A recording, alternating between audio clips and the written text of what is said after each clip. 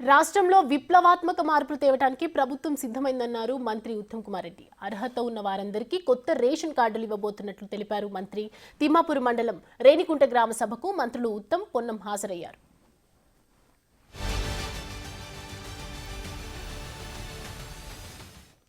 2014లో BRS అధికారంలోకి వచ్చిన రోజు 9 లక్షల రేషన్ కార్డులున్నాయని, 10 ఏళ్ల పాలనలో కేవలం 40,000 మందికి మాత్రమే రేషన్ కార్డులు ఇచ్చారని విమర్శించారు ఉత్తమ్. తమ ప్రభుత్వంలో ఏడాది కాలంలోనే 40 లక్షల మందికి లబ్ధి చేకూరుతుందని తెలిపారు.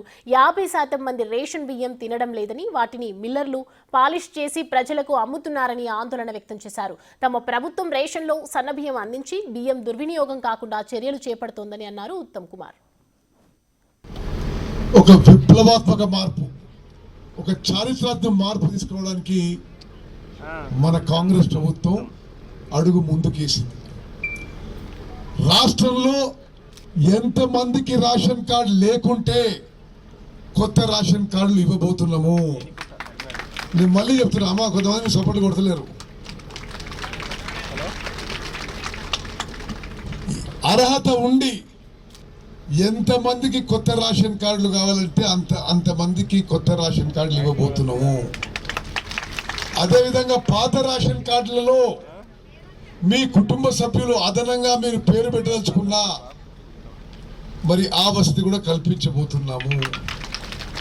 పిల్లలు పెళ్ళై వేరే ఇంటికి పోతే ఆ మార్పు కూడా రేషన్ కార్డులో చేయబోతున్నాము. భార్యాభర్తలు విడిగా ఉండి మాకు వేరే రేషన్ కార్డు కావాలంటే అది కూడా చేయబోతున్నాము. ఇప్పుడు గతంలో మీరు ప్రజాపాలన అప్లికేషన్ పెట్టుకున్నా, ప్రజావాణిలో అప్లికేషన్ పెట్టుకున్నా, ఈ సేవా సెంటర్లో పెట్టుకున్నా, సోషియో ఎకనామిక్ సర్వేలో మీ పేరు వచ్చినా, ఏ విధంగా మీరు పెట్టుకున్నా అవి పరిశీలనలో ఉన్నాయి.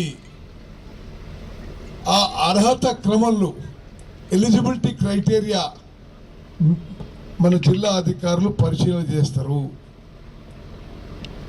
అదేవిధంగా ఇప్పుడు ఈ మీటింగ్ అయినాక ఆడ కౌంటర్ల కాడ లిస్టులు ఉంటాయి.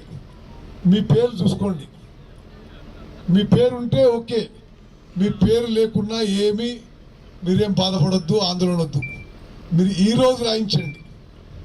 మీరు గతంలో రాయించినా ఈరోజు రాయించినా పెద్ద ఫరక్ పడతారికి.